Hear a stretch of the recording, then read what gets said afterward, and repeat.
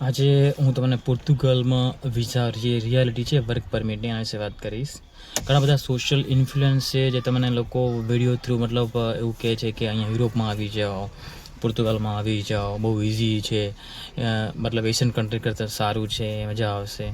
મારું પહેલાં તમને એ બધાને એ કહેવું છે કે તમે જ્યારે બી પોતાની હોમ કન્ટ્રીથી કોઈ બીજી કન્ટ્રીમાં ઇમિગ્રેટ થાઓ ત્યારે તમારે કંઈક અમુક વસ્તુનું ધ્યાન રાખવું પડે છે. જેમ કે પહેલાં તો તમારી પાસે કોઈ સ્કિલ છે, તમારો ઇન્ટરેસ્ટ એમાં છે, તમે કયા કામમાં મતલબ સક્ષમ છો, પછી તમે કઈ કન્ટ્રીમાં જઈ રહ્યા છો, શું તમને એ કન્ટ્રીનું મતલબ લાઈક લેંગ્વેજ છે કે એ છે, તમે ત્યાં કન્ટ્રીની અંદર ગ્રોથ ચાહો છો કે નહીં, મતલબ ગ્રોથ તમારે જોઈએ છે કે નહીં, કે ખાલી તમારે અહીંયા મતલબ હાર્ડવર્ક જ કરવું છે.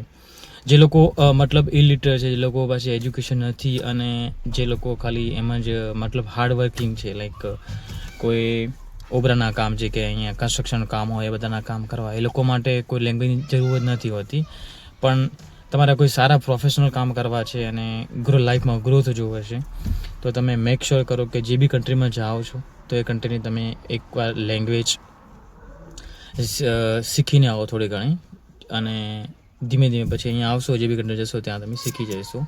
બીજી વસ્તુ એ છે કે વર્ક પરમિટ રિયાલિટીમાં એવું છે કે જો અહીંયા પોર્તુગલમાં લોકો એમ કહે છે કે આવી જાઓ, અહીંયા ઇમિગ્રેશન પ્રોસેસ ખુલ્લી છે અને વર્ક પરમિટ બી તમે ત્યાં કરી નાખો. અહીંયા ઘણા બધા ઇન્ફ્લુઅન્સ એમ કહે છે કે વર્ક પરમિટ કરી નાખો, અહીંયા આવી જાઓ, પણ એ વસ્તુ નથી.